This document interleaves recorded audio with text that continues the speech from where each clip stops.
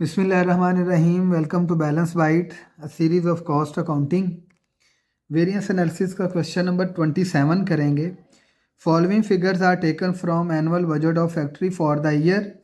Fix factory overhead आपको दिए हुए हैं, फैक्ट्री ओवरहेड अब्जॉर्प्शन रेट दे दिया, वेरिएबल फैक्ट्री ओवरहेड रेट दे दिया, factory overhead absorption rate applied rate है, उसके बाद वेरिएबल रेट है। Following are the few figures from actual result, capacity attend, actual capacity है, फैक्ट्री ओवरहेड एक्चुअल एफओएच है, रिक्वायरमेंट क्या है, बजटेड कैपेसिटी यानी एस्टिमेटेड कैपेसिटी फाइंड आउट करें।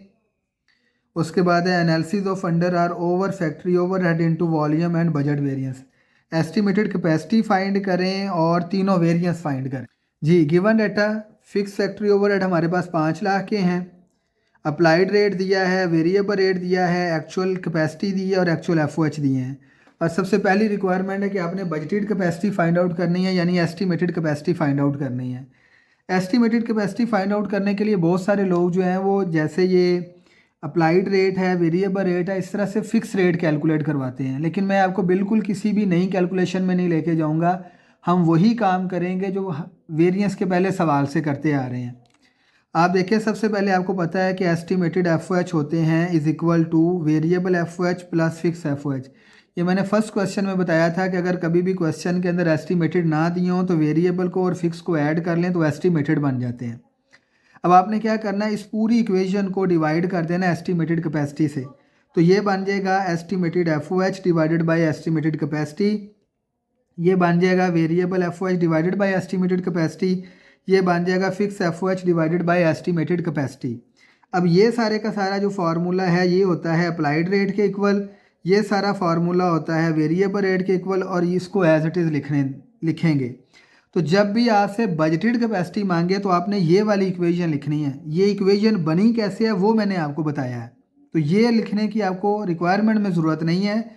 जब भी आपको वो कहे कि एस्टिमेटेड कैपेसिटी फाइंड करें या बजटेड कैपेसिटी फाइंड करें तो ये तरीकाकार है, ये आपने जो है वो लिखनी है। इसके लिए रिक्वायरमेंट ये इक्वेशन यूज़ करेंगे। अब आपके पास अप्लाइड रेट आपको दिया हुआ है 30, वेरिएबल रेट आपको दिया है 20, फिक्स्ड एफओएच आपको दिए हुए हैं 5 लाख के, और एस्टिमेटेड कैपेसिटी आपने फाइंड करनी है। यहाँ पे ये रह जाएगा 20 प्लस है, इधर आके माइनस हो जाएगा, तो ये रह जाएगा 500,000 divided by estimated capacity.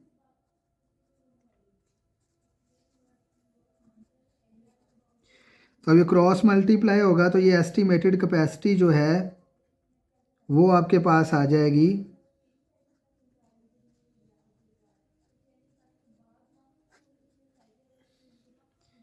50,000 units. ये थी आपकी फर्स्ट रिक्वायरमेंट। अब आपने second requirement variance find out करने हैं, और वेरिएंस के लिए आपको अप्लाइड कैलकुलेट करना है और बजटेड कैलकुलेट करना है। Working 1, calculation of applied FOH. Applied rate आपको क्वेश्चन में गिवन है, डेट इज़ 30। एक्चुअल कैपेसिटी भी आपको गिवन है 56,000 यूनिट्स।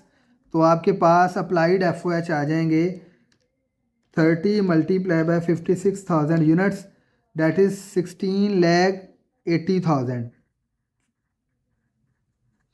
इसी तरह से सेकंड वर्किंग में आपने बजटेड एफओएच कैलकुलेट करने हैं। फिक्स आपको दिए हुए हैं 5 लाख के, वेरिएबल रेट आपको गिवन है 20, और एक्चुअल कैपेसिटी है आपके पास 56,000 की। तो पहले इन दोनों को मल्टीप्लाई करेंगे, 56,000 मल्टीप्लाई बाय 20, उसके अंदर ऐड करेंगे 500,000, तो आंसर आ जाएगा आपके पास 6,20,000। अब अप्लाइड भी आ गए, बजटेड भी आ गए, एक्चुअल गिवन है। अब हम तीनों वेरिएंस फाइंड आउट कर लेंगे। सबसे पहले है अंडर आर ओवर अप्लाइड। तो आपको पता है कि अब्बा वाला फार्मूला, पहले दो का डिफरेंस, आखिरी दो का डिफरेंस और पहले और तीसरे का डिफरेंस। तो अंडर आर ओवर अप्लाइड हम कैलकुलेट करते हैं, अप्लाइड में से माइनस करते हैं हम, और अप्लाइड है हमारे पास 16,80,000 के, उसमें से आप लेस कर देंगे एक्चुअल एफओएच, और एक्चुअल एफओएच है आपके पास 2 मिलियन के। तो आंसर जो आपके पास आएगा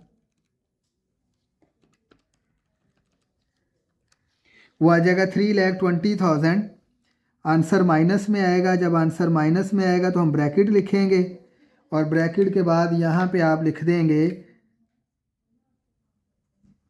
अंडर अप्लाइड।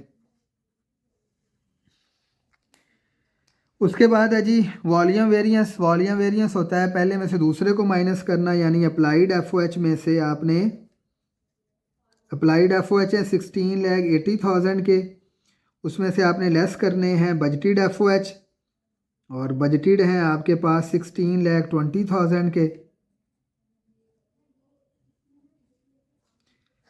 तो आंसर आ गया आपके पास 60,000 का, जो कि प्लस है, तो आप इसको लिखेंगे फेवरेबल।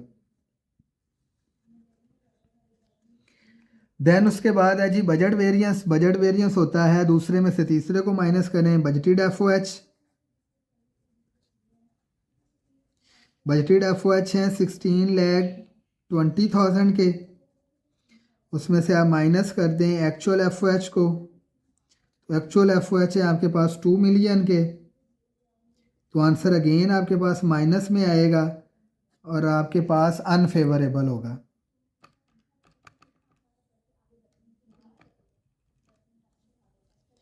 तो आंसर आ गया 380,000 और वो 380 जो है वो माइनस में होगा, तो अब आप इसको लिखेंगे अनफेवरेबल। अब इन दोनों का अगर आप देखें ये 380 माइनस का है, ये 60 प्लस का है, तो नेट आंसर आ गया -320 और ये भी -320 है, तो आपका आंसर जो है वो बिल्कुल ठीक है, इक्वल है। तो इस क्वेश्चन में एक नई बात थी, हमने एस्टिमेटेड कैपेसिटी फाइंड की, बाकी तो वही पुराना काम था।